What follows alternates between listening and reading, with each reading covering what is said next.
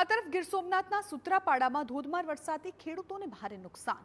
તાલાલાના ધારાસભ્ય ભગવાન બારડે ગ્રામ્ય વિસ્તારોમાં કર્યું નિરીક્ષણ. પસનાવડા, ધાલેજ, લોઢવા સહિતના ગામોની ધારાસભ્યએ લીધી છે મુલાકાત. ધારાસભ્ય ભગવાન બારડે ખેતરોની મુલાકાત લઈ સ્થિતિનો મેળવ્યો છે તાગ. ખેડૂતોના નુકસાન અંગે સરકારમાં લેખિત રજૂઆત કરવામાં આવશે તેવું તેમણે કહ્યું. ગાંધીનગરમાં પણ ધારાસભ્ય નુકસાની અંગે કરશે રજૂઆત.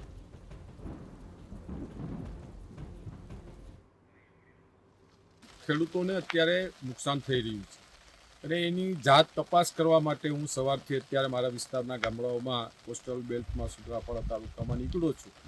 હવે અહીંયાથી જઈ અને આમનો રિપોર્ટ સરકાર સુધી પણ વાત પહોંચાડીશ. કાગળથી પણ અમે આની રજૂઆતો કરશું અને જરૂર પડશે તો ગાંધીનગર રૂબરૂ જઈને પણ આ નુકસાની બાબતની વાતો કરી અને ખેડૂતોને જેટલી પણ આમાં મેક્સિમમ સહાય મળે એવા પ્રયત્ન કરશું. તો અણધાર્યા વરસાદથી ખેડૂતોને મોટા પાયે નુકસાન થવા પામ્યું છે. સુત્રાપાડામાં માત્ર 2 કલાકમાં જ 4 ઇંચ જેટલો વરસાદ ખાબક્યો હતો. ખેડૂતોના મગફળીના પાથરા પાણીમાં પલળ્યા, ઘાસચારો પણ પલળી ગયો. ધોધમાર વરસાદ પડતા ખેડૂતોની મહેનત પર પાણી ફરી વળતા ખેડૂતો મુશ્કેલીમાં મુકાયા. અનુલક્ષીને સરકાર ટેકાના ભાવમાં ટૂંકમાં પ્રોત્સાહન માટે અલગથી પેકેજની જાહેરાત કરે એવી અપેક્ષા રાખીએ છીએ ખેડૂત તરીકે.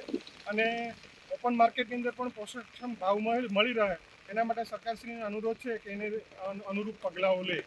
અને જે મગફળી તો નુકસાની છે પણ છતાં પણ ચારો જે પશુઓનો છે એ પણ ઘણા ખેડૂતોનો ખેતરની અંદર પલળી રહેલો છે. તો એનું અનુલક્ષીને પણ ટૂંકમાં સરકાર છે એ પ્રોપર સર્વે કરાવે અને ખેડૂતોને મેક્સિમમ સહાય છે એ મળી રહે એના માટે પ્રયત્ન કરે એવી આશા રાખીએ છીએ. જ્યાં જો અહીંયા વરસાદ પાણી રાતના 10 વાગ્યાથી ફેસબુક બધી બંધ થઈ ગયા.